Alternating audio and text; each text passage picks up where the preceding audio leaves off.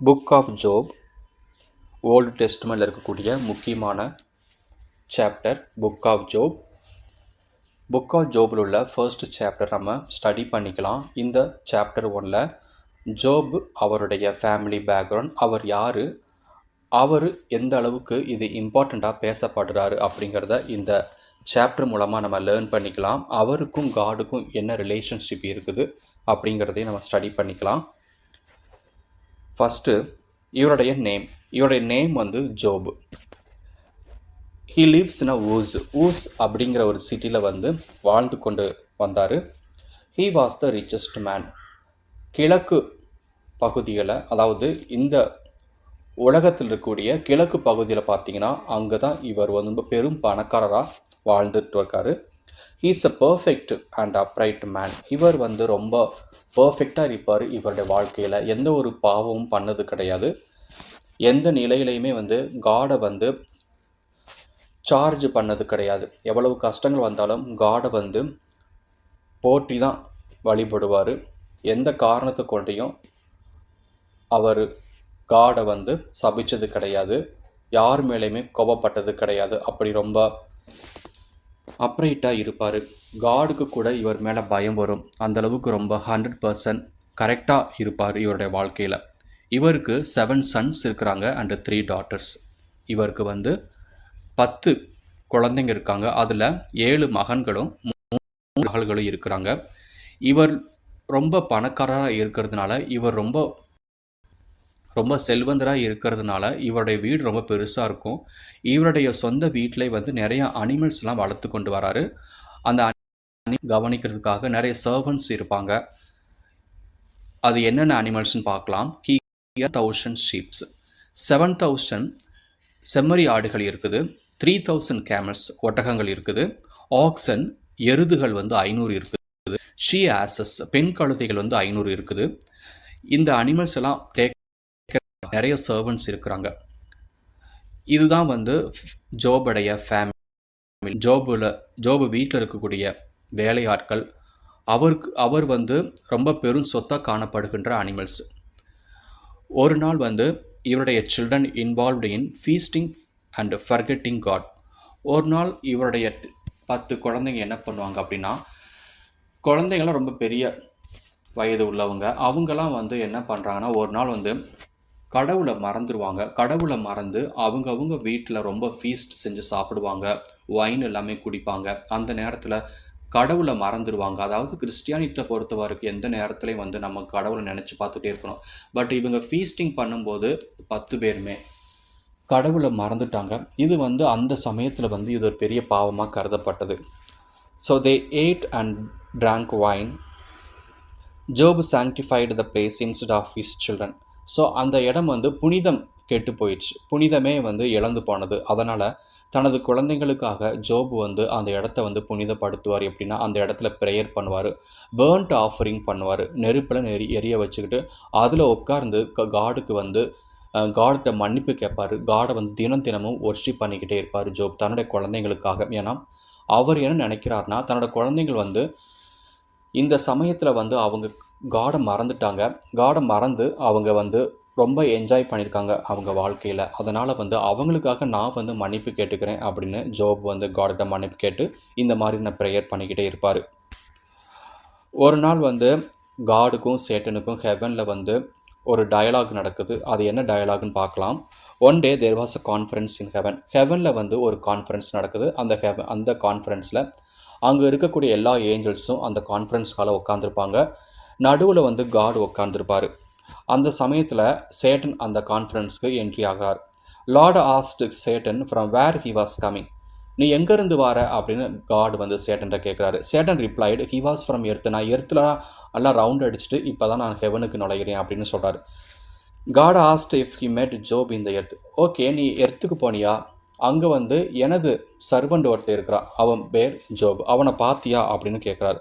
God said about Job's good quality to Satan. அந்த சமயத்தில் தான் சேட்டனுக்கு வந்து ஜோவை பற்றின குட் குவாலிட்டியை வந்து காட் வந்து டிஸ்கிரைப் பண்ணுறாரு. அவர் ரொம்ப நல்லவன், அப்ரைட்டு, பர்ஃபெக்டாக இருப்பார், அவனை மாதிரியான சர்வன் அந்த பூமியிலே கிடையாதுன்னு சொல்கிறாரு.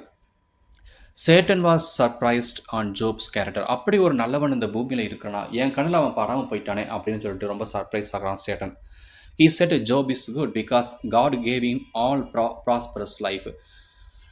எதற்காக வந்து ஜோபு இந்த அளவுக்கு காடுக்கு ரொம்ப விசுவாசமாக பக்தியாக இருக்கிறான்னு பார்த்தீங்கன்னா, ஜோபுக்கு காடு எல்லா வசதியும் கொடுத்தாரு. அதனால் வந்து காடு மேலே ஜோபு வந்து காடு மேலே ரொம்ப மரியாதையும் அன்பும் பயமும் பக்தியும் வச்சுருக்காரு அப்படின்னு சொல்கிறார். அதை மட்டும் நீங்கள் எடுத்துட்டீங்க அப்படின்னா ஜோபு உங்களை கர்ஸ் பண்ணிடுவான், ஜோபு உங்களுக்கு எதிரியாக ஆகிடுவான் அப்படின்னு சேட்டன் வந்து காட்கிட்ட சேலஞ்சு பண்ணுறாரு. So Satan said, if God takes all from Job, he will curse God. God challenges Satan to test him. God அப்போ என்ன சொல்கிறாருன்னா, ஓகே அப்படியா சொல்கிற, நீ வந்து ஜோபை வந்து என்ன பண்ண, ட்ரபுள் பண்ணு, அவனை லைஃப்பை மட்டும் எடுக்காத, மற்றபடி அவன்கிட்ட இருக்கக்கூடிய சொத்து, அவனை சுற்றி இருக்கக்கூடிய எல்லாத்தையும் நீ எடுத்துரு. அந்த சமயத்தில் கூட ஜோபு வந்து எனக்கு எதிராக இருக்க மாட்டான், அப்போ கூட என்னைய வந்து என் மேலே பக்தி அவனுக்கு இருக்கும் அப்படின்னு சேலஞ்ச் பண்ணுறார். God permits Satan trouble him without taking his life. Satan went to earth to trouble Satan.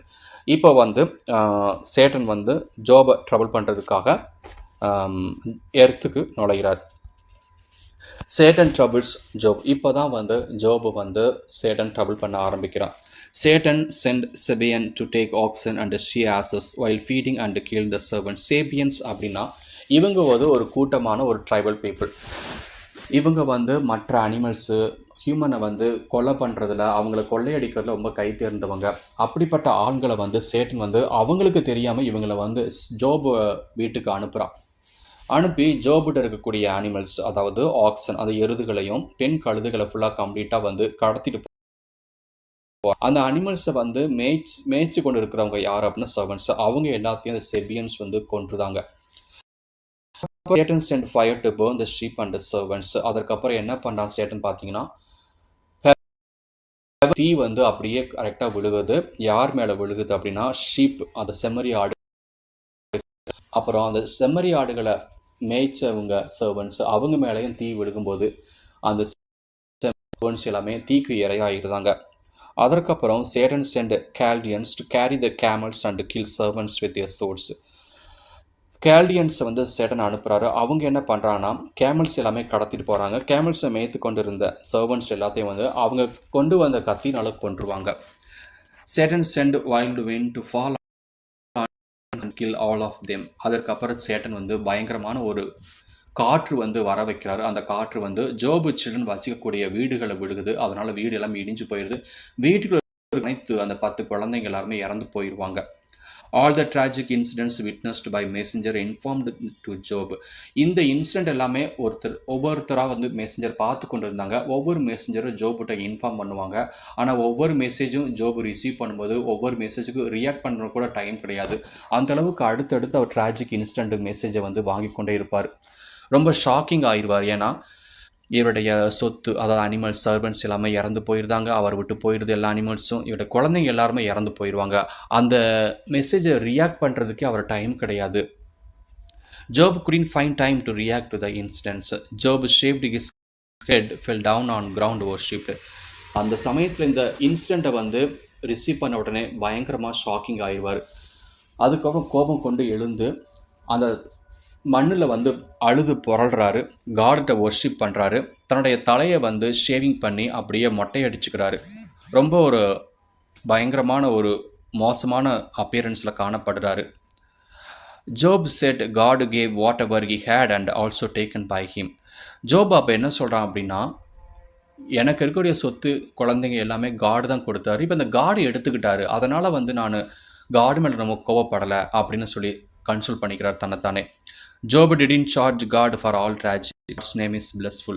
So இந்த சமயத்தில் இந்த மாதிரியான ட்ராஜிக் இன்சிடென்ட் நடந்ததுக்கப்புறம் கூட ஜோப் காடை வந்து குற்றம் சொல்லலை, காடை வந்து சபிக்கலை. அதற்கு பதிலாக காட் நேம் இஸ் பிளஸ்ஃபுல், காடோட நேமை வந்து அப்படியே சாண்ட் பண்ணிக்கிட்டே இருக்கிறாரு. இப்படி தான் வந்து சாப்டர் 1 வந்து முடிஞ்சிருக்குது.